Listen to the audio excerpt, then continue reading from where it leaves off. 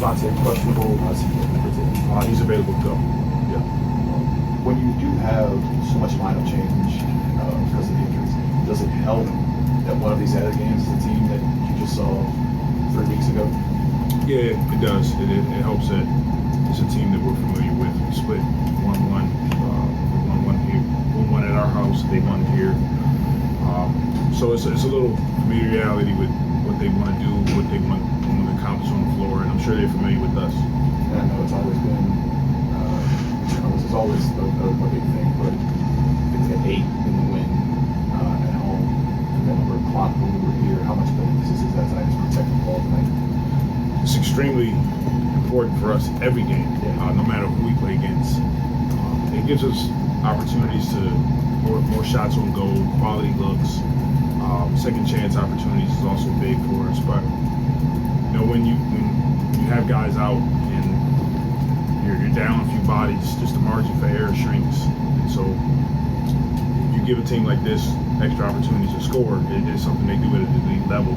You want to take those opportunities away. Well, with Devontae now available, how's that going to help your defense and especially rotations because he's such a big defensive player? Yeah, it's going to help us. It'll help us be able to match up with the Pacers and their speed and their ability to get out in transition and the perimeter shooting and driving that they have. He can switch screens. He can guard multiple guys in the post and on the perimeter. So it'll definitely help us. Tyrese Halliburton, really is coming out party last year. I don't think we would say maybe a slow start for him, but he's really gotten more better.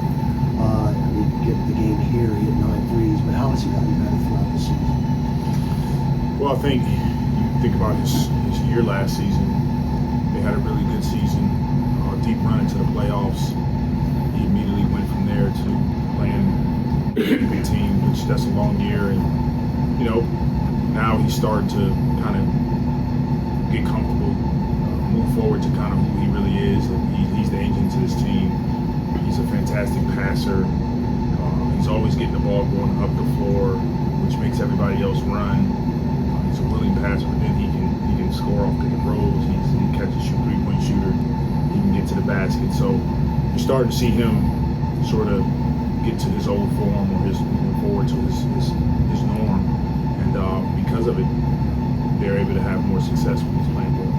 You guys and the Pacers have been two of the more banged-up teams this year, and a lot is made of lost talent, what that means for results. But when some of the guys who set your identity are out, how does that change your goals and what you're trying to do every single night in that kind of stretch? Yeah, it definitely presents challenges when you have guys that you rely on heavily, and you're in camp working a certain way, and now those guys are out.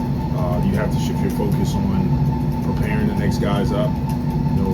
Probably simplifying offensively and defensively what you want to accomplish on the floor, and then working at it every day, being diligent about the small details, because those margins will determine if you can give yourself an opportunity to win those games.